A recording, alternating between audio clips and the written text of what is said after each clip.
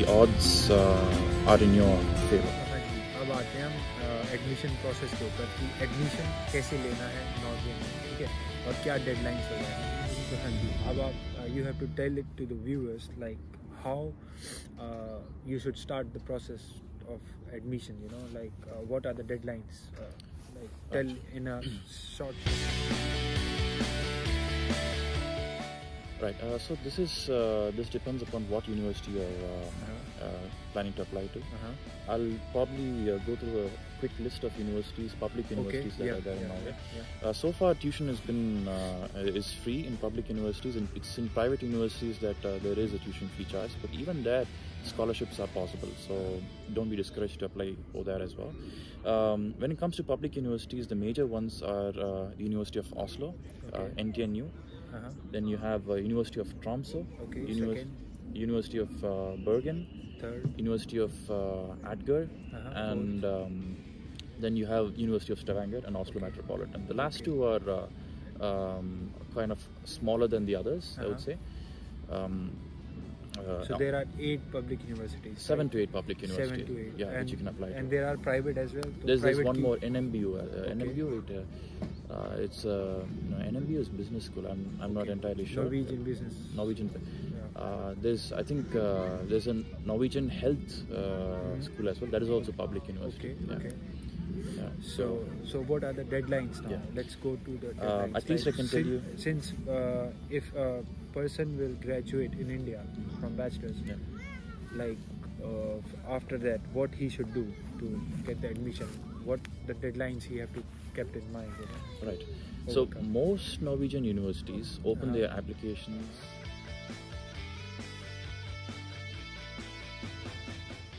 in October for receiving applicants.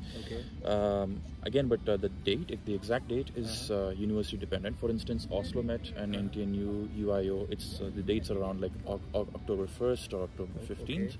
But universities like Stavanger, for instance, they open their applications only in the month of December. So from October you can apply, right? From October mostly, yes. At least that's how it's been until now. And the deadline is often a month or two away from the opening date of the application. This is again university dependent. You'll have to check the websites. All right. So what a person like has to do to get the admission here in Norway, like experience is needed for masters basically? Experience would help. If you had depending on the course as well, right? Depending on the course, yes. For instance, I applied for masters in IT. I think having experience, work experience before applying for a master's certainly does help. Because you know, I have seen like on the many university website, it is written that for masters you need experience, job experience. So it is like mandatory thing here, or have you seen people who have got no job but then they still studying masters here in public university? Is it possible? A work experience is not mandatory in Norway for at least as far as I know. For masters. For masters, it's not necessary. But you can apply it directly after your bachelor's. But then still you should check always on the university website, because मैंने देखा है कि कहीं पे लिखा होता है कि you need job experience for this master's program. So let's talk about the list of documents that you need for the admission. So first document I would say would be your transcripts.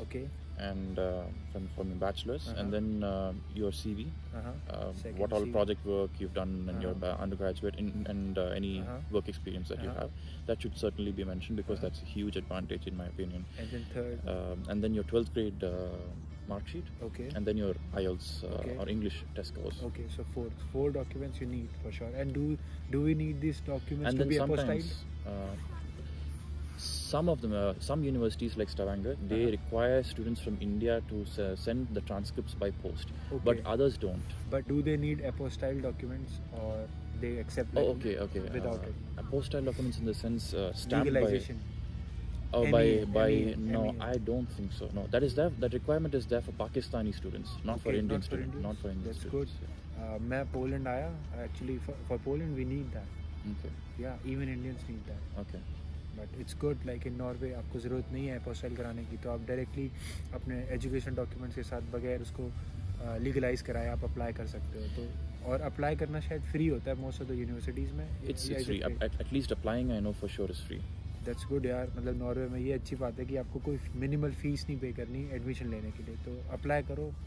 And again, when it comes to whether or not you need a government stamp, as far as I've seen, it doesn't seem to be that way. But it would be always a good thing to check the university website.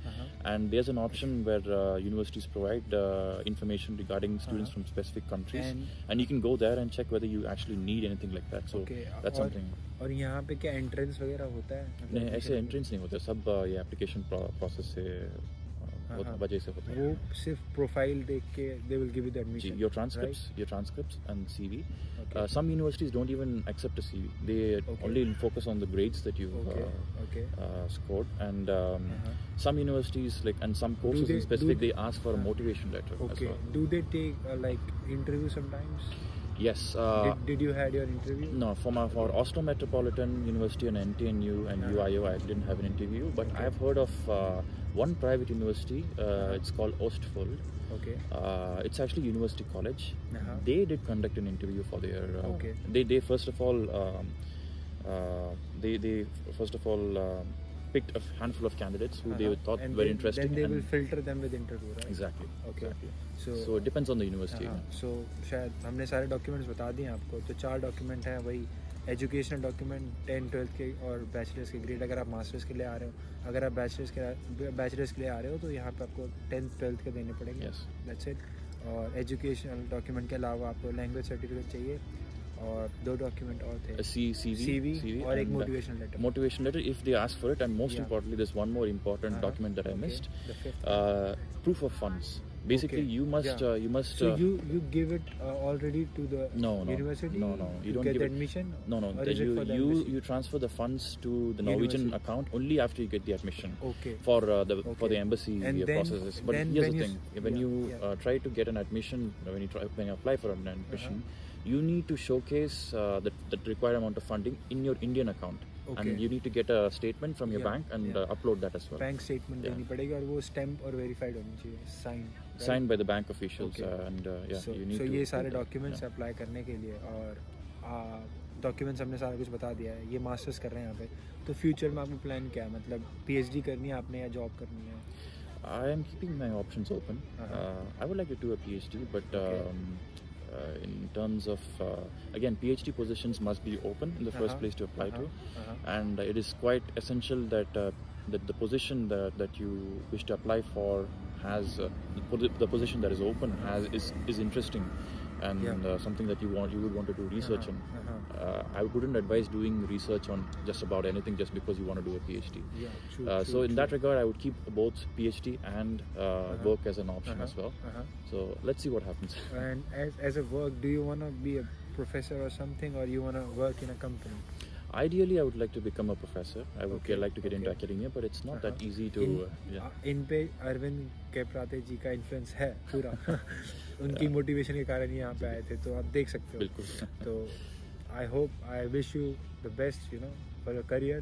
Thank you. And I hope you do well and you settle here in this country, this beautiful country. So it's certainly very beautiful. It was nice time with you, and thank you so much. Thank you for हमारी having me. Video में आने के लिए। Thank you for having मेरे viewers को अगर आप कुछ कहना चाहते हो नॉर्वे से, कुछ मैसेज की, मतलब एडमिशन वगैरह के लिए कुछ भी इंपॉर्टेंट बताना चाहते हो, या कोई भी मैसेज जो छोटा सा आप देना चाहो दे सकते हो। When it comes to admissions in Norway, I would say try to gain some work experience before coming here. It's not just about getting an admission at the universities. It's what happens after you graduate from here. Most students from India or South Asia in general tend to want to find work after they complete their masters, and for that I think work experience is very essential. If you come without work experience, you still can find a job, but it's going to be a little hard. But if you have work experience, the odds are in your favor, in my opinion. So I would definitely recommend that you work for a few years in India before you apply for a master's to Norway. At least I'm talking about Norway, but I think this I would apply for other countries as well. Having an experience really is a huge benefit. So thank you so much. No problem. It was a great time with you. Pleasure to be here. Yeah. So bye. और Norway से Oslo से फिर इनसे मिलेंगे future में अगर कुछ important बातें अगर बतानी होगी आपको तो see you in the next one.